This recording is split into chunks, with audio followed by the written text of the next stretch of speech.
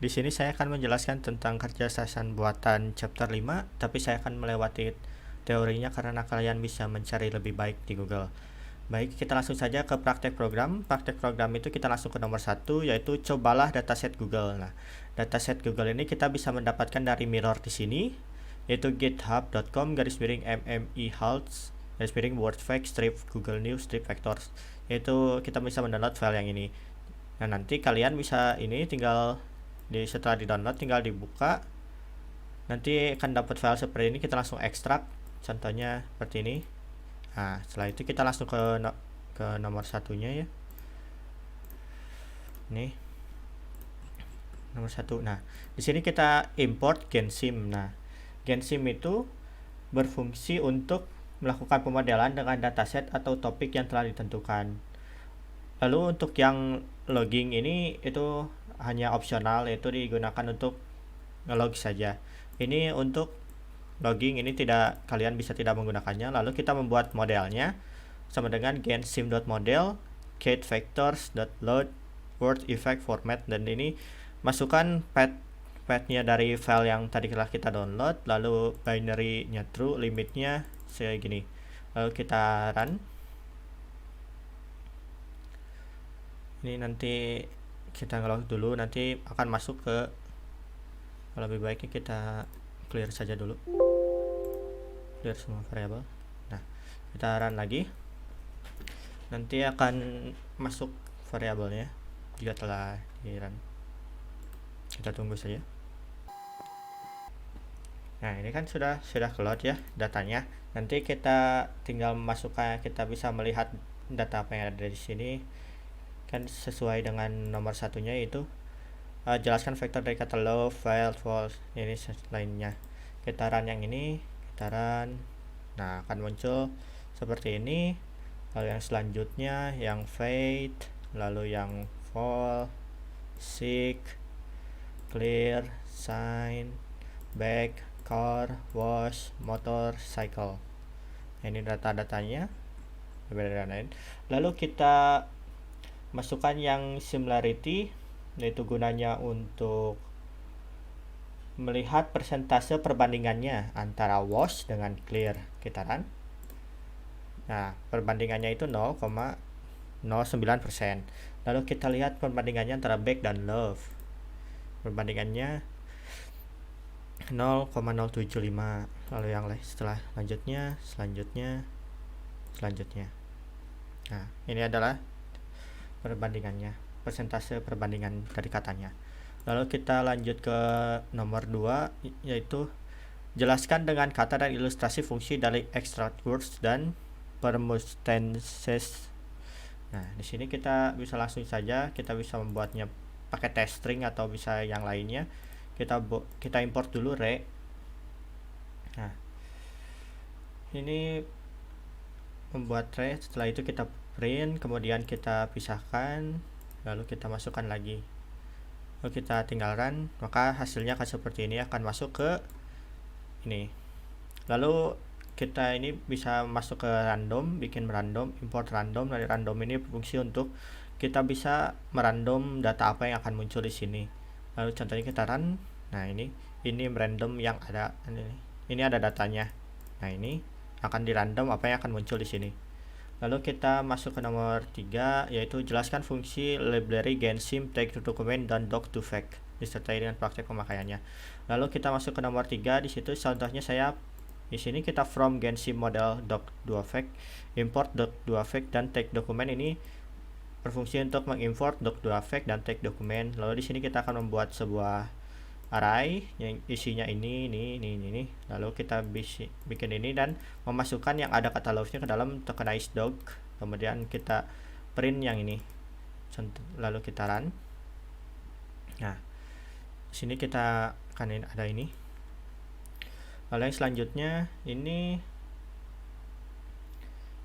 berfungsi untuk membandingkan bobot data yang terdapat pada dokumen. Lalu kita langsung run saja.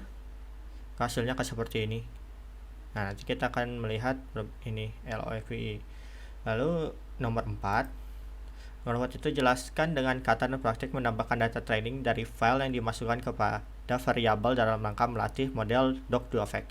Nah, di sini kalian bisa mendownload dulu file data, salah satunya data yang di sini, yaitu data dari Large Movie Review Dataset. Nah, di sini kita bisa download saja yang ini. Nanti kita akan dapat file baru yang ini, yang ini. Kita ekstrak saja, ini ada banyak data training dan data testnya. Kita bisa langsung masukkan ke import tray. Import OS itu berfungsi untuk agar kita bisa antara Python dengan file-file yang ada di komputer atau dengan komputernya bisa saling berkomunikasi. Nah, di sini kita langsung run saja dan di sini akan sangat lama karena datanya ada sangat banyak. Kita tunggu saja.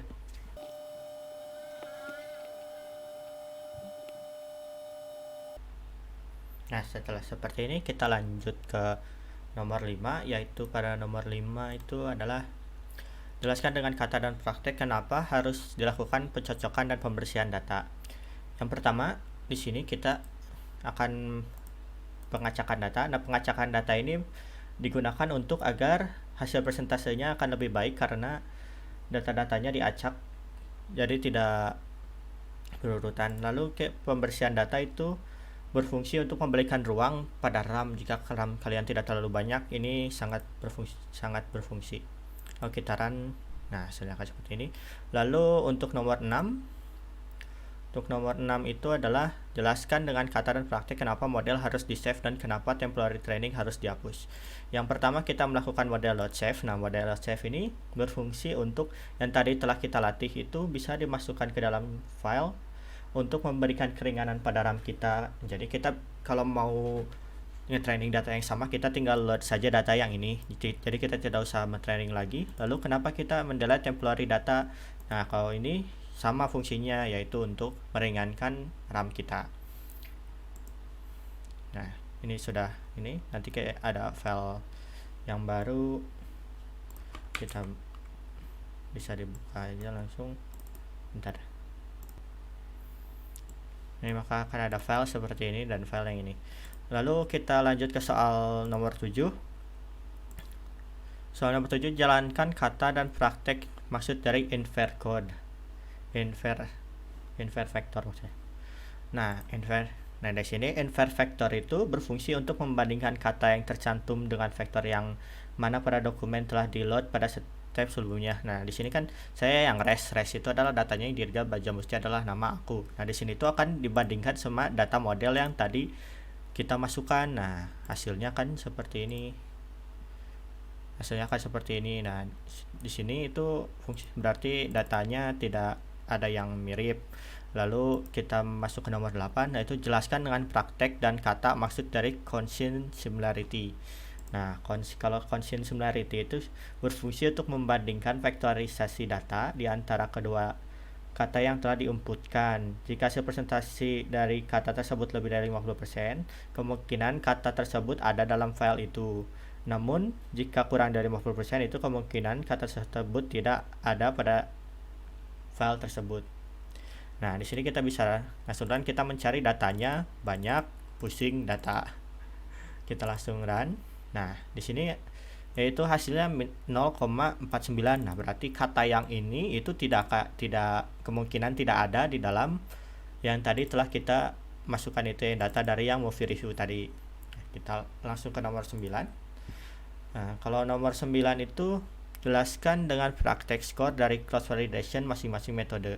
Nah, kalau di sini kita akan menggunakan metode iris, yaitu kita scalar import dataset, lalu from scalar model selection import cross file score diabetes slot diabetes ini lalu print cross file. Nah, di sini ini itu berfungsi untuk melakukan perhitungan cross validation dengan metode credit word classifier dengan hasil seperti ini. Ya, mungkin sekian dari saya. Terima kasih.